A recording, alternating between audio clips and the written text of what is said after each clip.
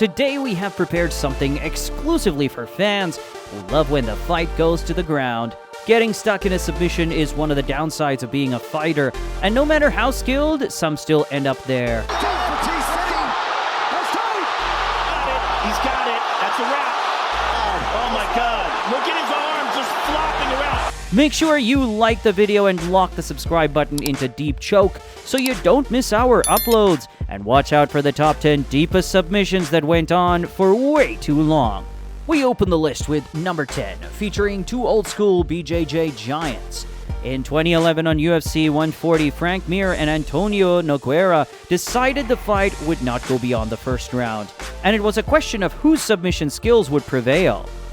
Antonio elbows Frank early, and instead of finishing with punches, he packs a guillotine, but Mir slips out and takes a better position. With 1 minute and 38 seconds left, Frank locks a perfect Kimura from side control. Oh, side control from Mir. Look at this. Kimura. In trouble. Nogueira was obviously in discomfort, and he was running out of time. He did everything he could to get out, but despite attractive grappling transitions, Mir had no intention of letting him go. 15 seconds deep, the Brazilian taps, and the referee separates them. Unfortunately, it was too late because Antonio's arm broke under the pressure of the former UFC heavyweight champion. So it's a move I had done in practice many times, especially in jiu-jitsu. So as I'm doing that, all of a sudden, his arm just gives loose. Yeah. I just feel pop, pop, pop, and it opens. So I'm like, oh, I don't know what I have, but I have something, and it's being destroyed. Number 9 takes us to ancient times and the UFC's 4th event in 1994. Back when there were no rounds to catch a breath, and when tournaments were brutal and without gloves, fighters fought all night. The legendary Royce Gracie, with a perfect record of 11 submission wins, was met in the tournament finals by wrestler Dan Severn, who started his pro MMA career that very night. The boys immediately took it to the ground, staying there for more than 15 minutes, with Severn on top. However, spending so much time under the opponent was not a problem for Royce. It was just another day at the jiu-jitsu office. Just after the commentator said Gracie has no danger and power in his legs, Royce locks in the triangle at 15 minutes and 23 seconds. There's no real power in those legs to be able he can do to stay in it. That's it. A stuck Severn tried with all his weight to pressure the opponent, but managed to last 26 seconds until the tap before he started to lose oxygen. It only takes a few seconds for a man to suffocate, but the beast managed to last much longer before giving up. If you thought number 10 was painful, check out number 8. In his 4th UFC appearance, the undefeated Jamahal Hill lost his streak against dangerous grappler Paul Craig in the nastiest way possible. Bearjew, aware of the danger on his feet, first opportunity and thus took Jamahal to his field of expertise.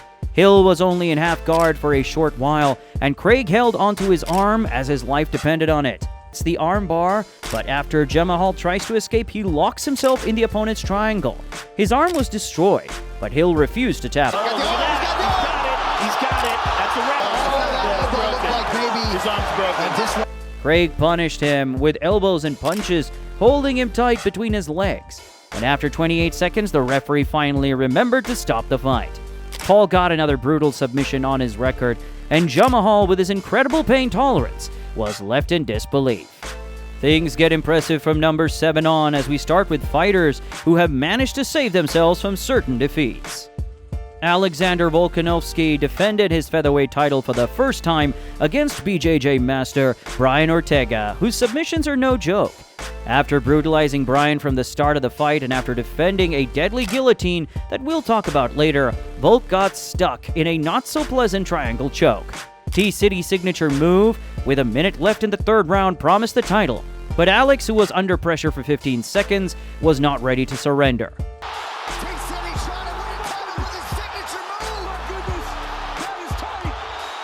The only thing deeper than this submission, and more impressive than the escape, was the way Volk looked Ortega in the eye thinking, there's no way it's going to end like this. How dare you put me in danger again? How dare you? You know, I'm glad I got put in them submissions purely because it just adds to the story.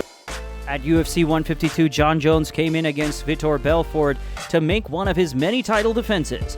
We all know what caliber of wrestler John is, but also how dangerous TRT Belfort was, which makes this submission attempt and escape even more impressive. After 30 seconds of the fight, Jones took him down and found himself in the upper position in the guard of Vitor, who reacted quickly, putting the champion in the greatest danger that we could see in John's entire career.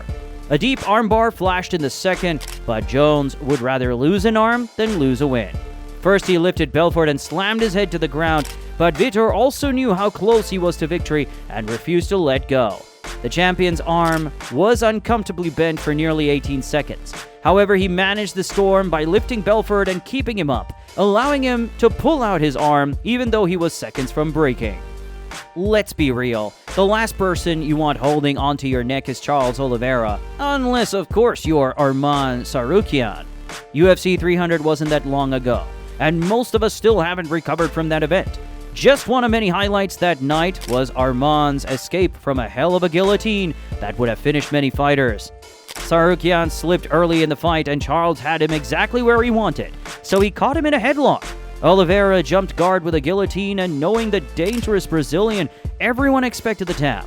However, Arman, who is also an elite grappler, was fighting for his life for almost 20 seconds, taking off his shorts in an attempt to escape.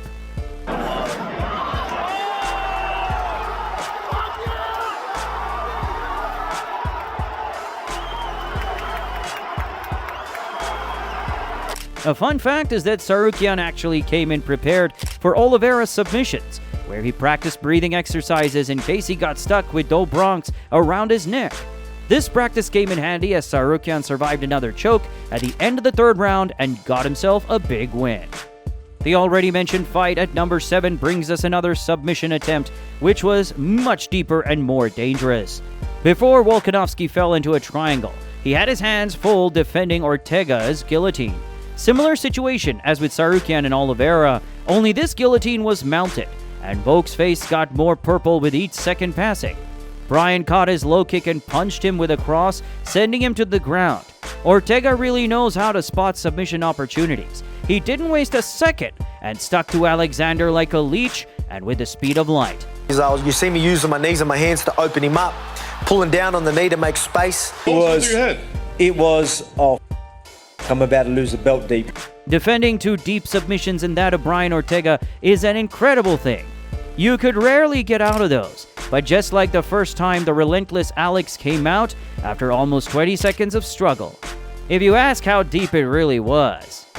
A fight that is not in the UFC promotion, but does not make it any less valuable, and when you see what happened, you will understand why it's at number 3. We already covered the matchup between Christian Jungwirth and Bojan Velichkovich in one video where we talked about the bloodiest fights. If you haven't seen it yet, we recommend checking it out because you won't be disappointed. But of course, watch this one till the end first.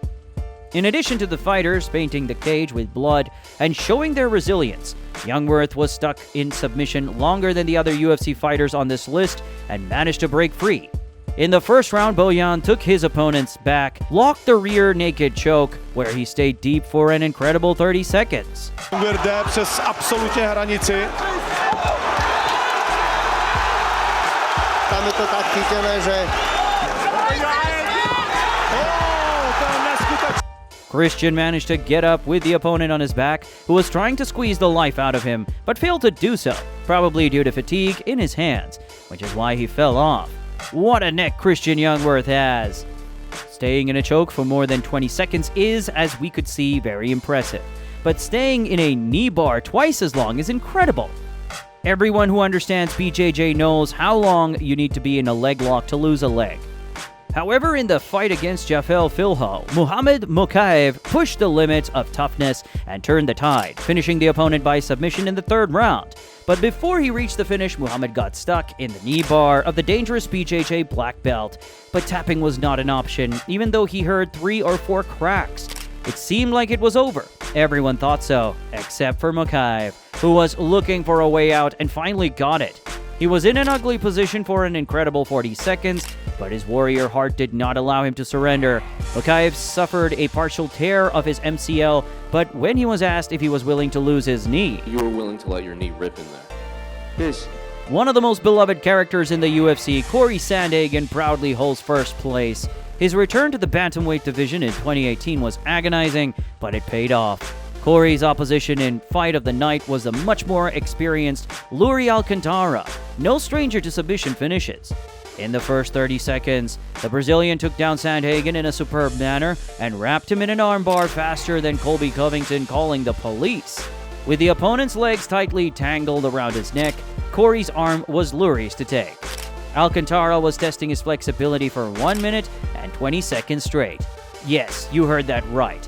But to make matters worse, Sandhagen got his nose broken while being punched in an armbar. So Iuri continues to go to work. Sandhagen does not tapping. He's busted up pretty good. Sandman, being a fighting savage, manages to get out and get a TKO win in the second round to celebrate his return to bantamweight. We hope you enjoyed the show where people get suffocated and their body parts move at impossible angles. We have a lot more coming. See you next time.